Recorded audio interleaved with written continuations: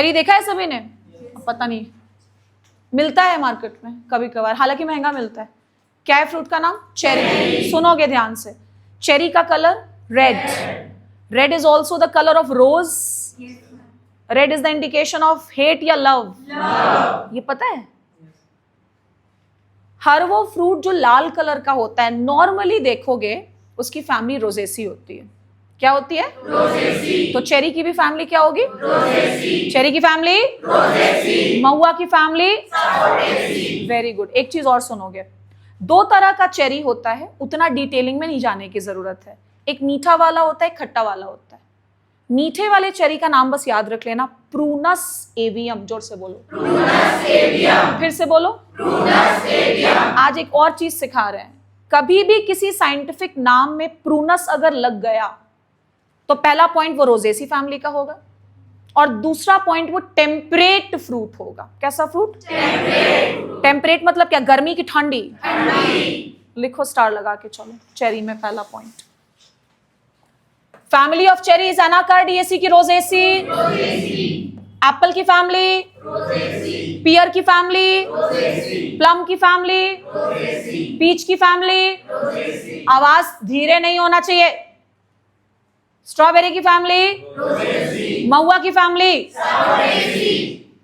Next point लिखो scientific नाम। मीठे वाले चेरी का लिखवा रहे हैं तुमको, sweet cherry.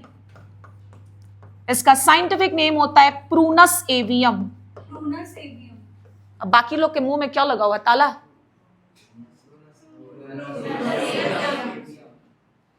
Prunus avium. Family Anacardiaceae की रोजेसी। तो चेरी को भी चिलिंग रिक्वायरमेंट देना पड़ता है। सुन रहे हो ना तुम लोग?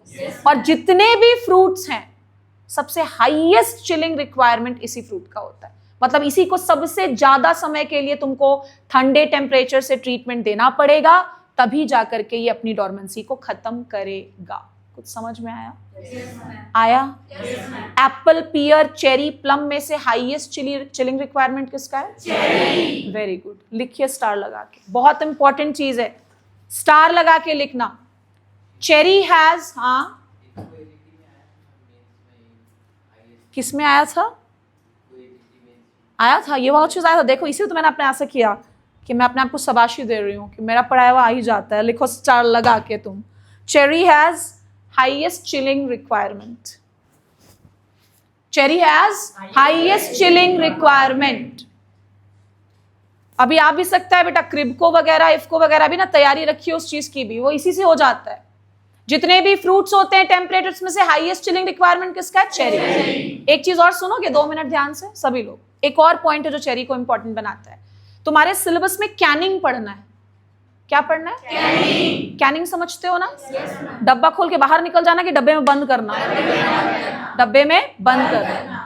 लगभग हरीश, लगभग हर फ्रूट के छिलके को हटाना पड़ता है कैनिंग से पहले, लेकिन चेरी की छिलके को हटाने की जरूरत नहीं पड़ती।